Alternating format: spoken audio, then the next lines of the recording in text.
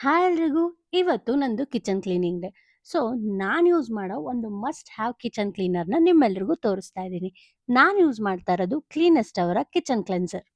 ಇದು made up of 0% acid, plant based and ಸ್ಕಿನ್ನಿಗೆ friendly. So, ಸ್ಕಿನ್ನಿಗೆ ಯಾವುದೇ ತರಹದ ಹಾರ್ಮ್ ಕೂಡ ಆಗಲ್ಲ. ಯೂಶುವಲಿ ಕಿಚನಲ್ಲಿ ಅಡುಗೆ ಮಾಡಬೇಕಾದ್ರೆ ಎಲ್ಲಾ ಕಡೆ ಅಡುಗೆ ಕಲೆ ಎಲ್ಲ ಇದ್ದೇ ಇರುತ್ತೆ. ಸೊ, ಅದಕ್ಕೋಸ್ಕರ ಈ ಕ್ಲೆನ್ಸರ್‌ನ ಎಲ್ಲೆಲ್ಲಿ ಸ್ಟೇನ್ ಆಗಿದೆ ಅಲ್ಲೆಲ್ಲ ಸ್ಪ್ರೇ ಮಾಡಿ 5 ಟು 10 ಮಿನಿಟ್ಸ್ ಬಿಡಬೇಕು. ನಾನಿವತ್ತು ನನ್ನ ಕಿಚನಲ್ಲಿ ಗ್ಯಾಸ್ ಸ್ಟವ್ ಮತ್ತೆ ಅದ್ರ ಕೆಳಗಡೆ ಇರುವಂತ ಜೊತೆಗೆ ನನ್ನ ಕಿಚನಲ್ಲಿರೋ ಕಬೋರ್ಡ್ ಕೂಡ ಆಲ್ಮೋಸ್ಟ್ ಎಲ್ಲ ಆಯಿಲ್ ಡರ್ಟ್ ಆಗೋಗಿತ್ತು. ಅದ್ರ ಮೇಲೆ ಕೂಡ ಸ್ಪ್ರೇ ಮಾಡಿ 5 ಟು 10 ಮಿನಿಟ್ಸ್ ಬಿಟ್ಟೆ.